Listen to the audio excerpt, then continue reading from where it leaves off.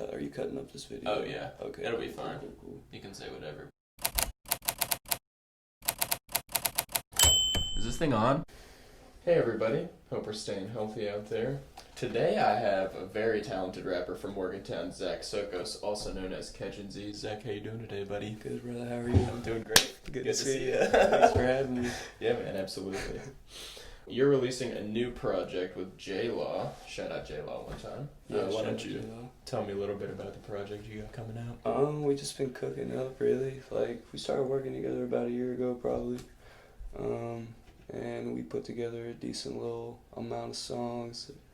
It's about 8-10 songs. We don't have a title for it yet, but that will be dropping this summer at some point. Mm-hmm. Breeze, now streaming on Spotify, is the debut single from that Absolutely. album. So get that wherever you listen to music. You recently took the High Expectations project off of your SoundCloud, right? I did, for the most part. Why did you do that?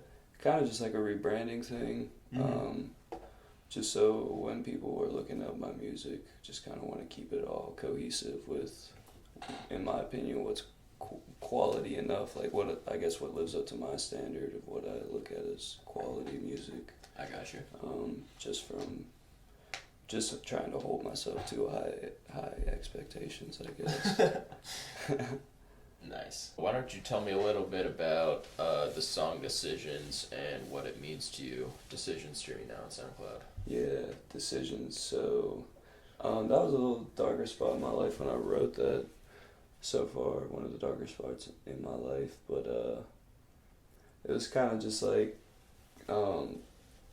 taking a step, both for me, like in who I am, and then who I am in other people's eyes as well. It's like a growing process, and it's kind of scary, I guess, in a sense. But it's just like realizing, like, damn, like if my family knew all that I do, would they still think I'm who I used to be?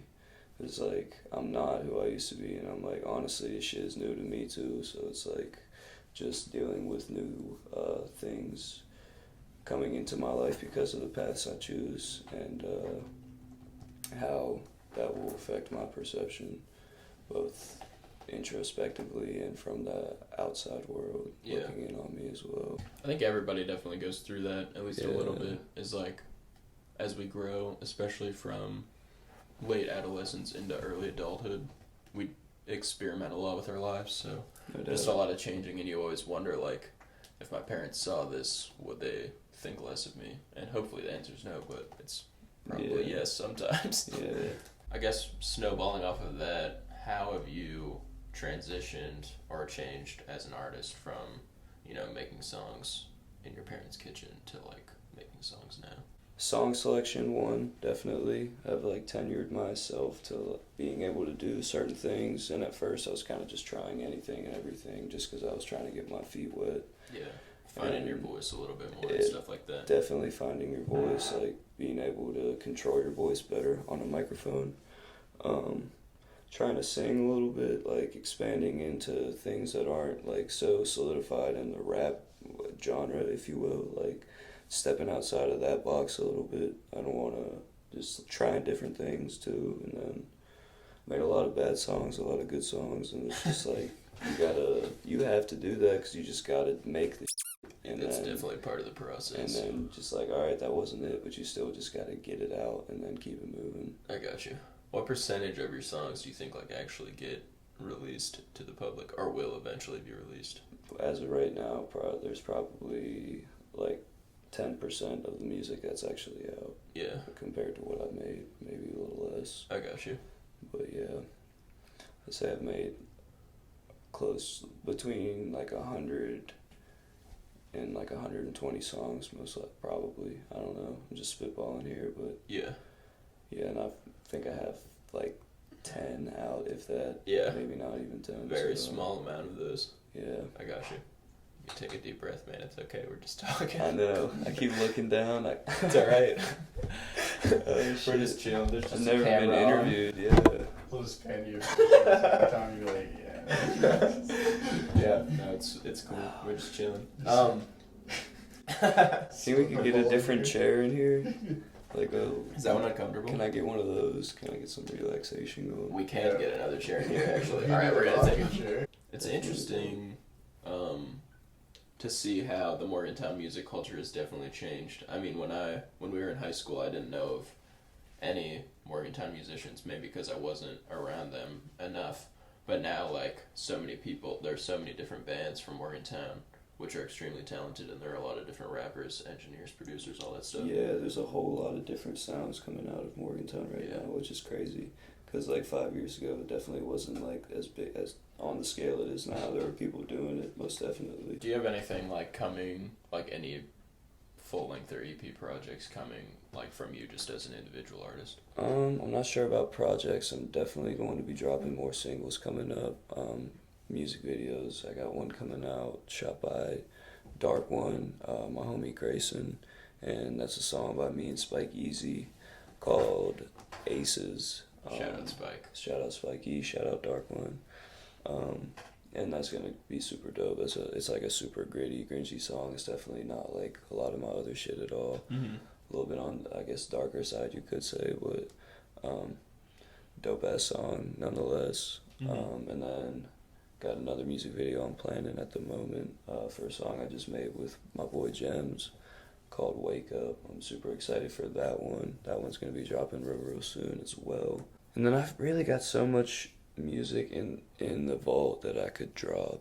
So I'm probably just gonna start unloading singles. Yeah.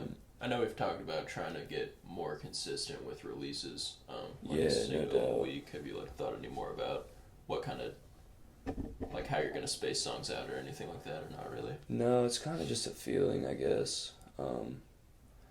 And then I will have the full length project coming out with J Law, so I don't want to like put too much music out, and then like I don't want the timing to be wrong and drop a song that I wasn't even really sure about, but I'm just dropping it for the sake of content, and then I'm like, this isn't really the direction I was trying to go, even though I mean I do have a lot of music that's just all over the place. Yeah. So I'd be overthinking it too, but I just want to do it in the right way, and I think sometimes I'm dragging my feet because I'm overthinking, self-conscious in a sense, just about the song in general. You listen to it in different mind states and different places, and you get a different feeling from it. So I guess it's just understanding that people are going to be doing the same thing, and maybe they're not going to understand it in a way that you're expressing it, but I guess it's not even about that at the end of the day. What is it about? Really for me is like the same reason I got into it. It's just because people were inspiring to me. I want to be like that to someone else too, but sometimes the way I express myself, depending on where I'm at in my life and in that point in time, is not like the most healthy way all the time, but it's like that kind of goes hand in hand with some of the music, but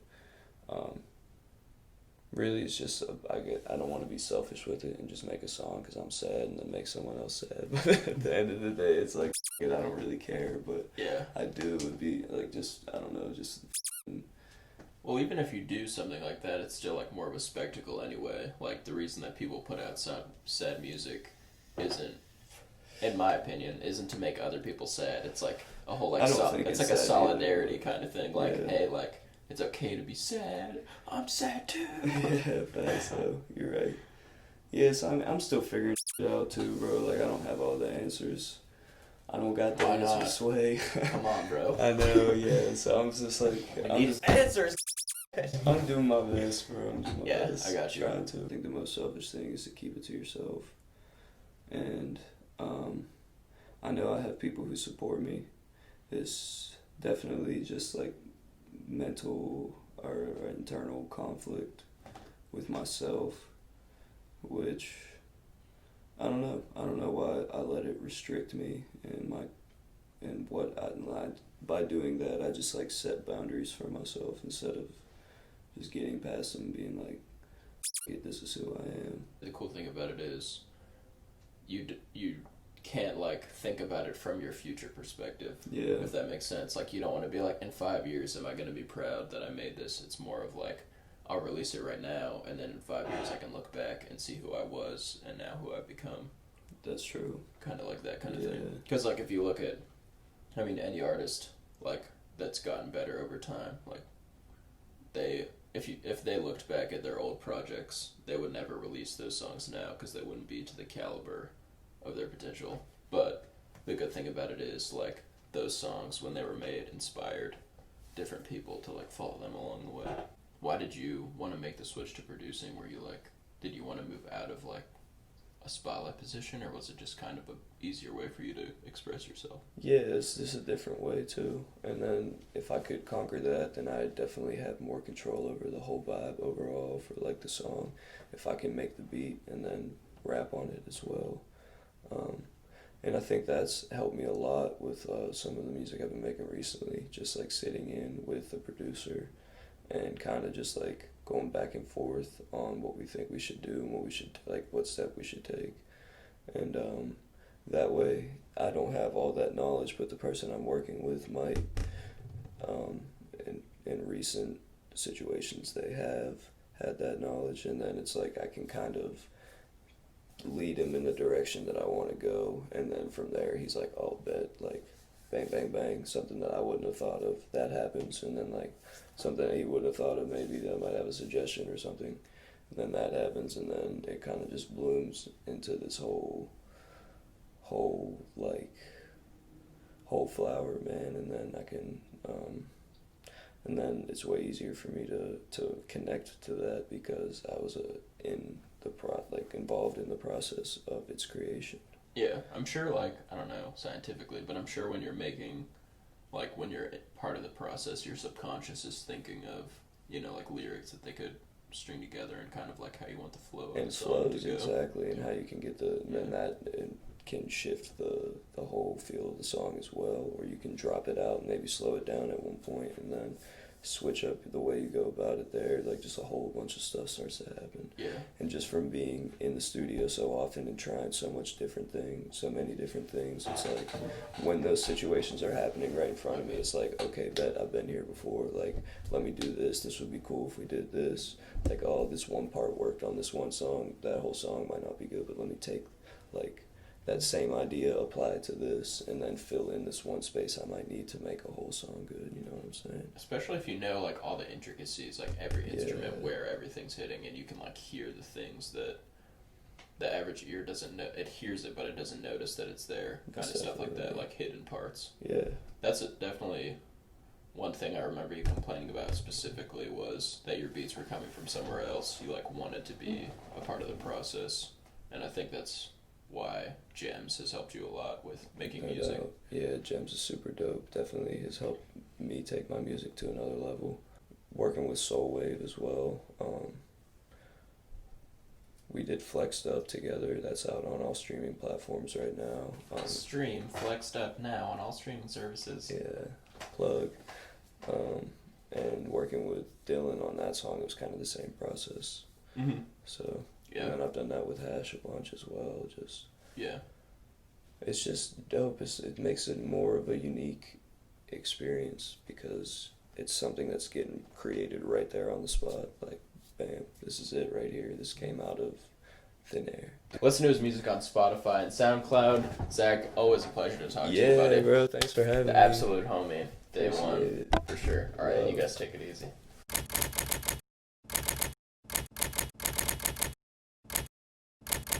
Dude, the internet is crazy, man, and just like how everything with music you can do digitally, you can just send it back and forth. Yeah. It's insane. I worry about though. Yeah. When you're sending it through, it's like, oh, let me peep this. Let me see what's Yeah. going on right here. You're about to get flagged because this video they're about to go through. Oh, yeah, you're right, dude. He's gonna be like, we're owned by. But what did you say about our master? They're already listening to us, man. Yeah. They're listening to our phones anyway. It's not a big deal.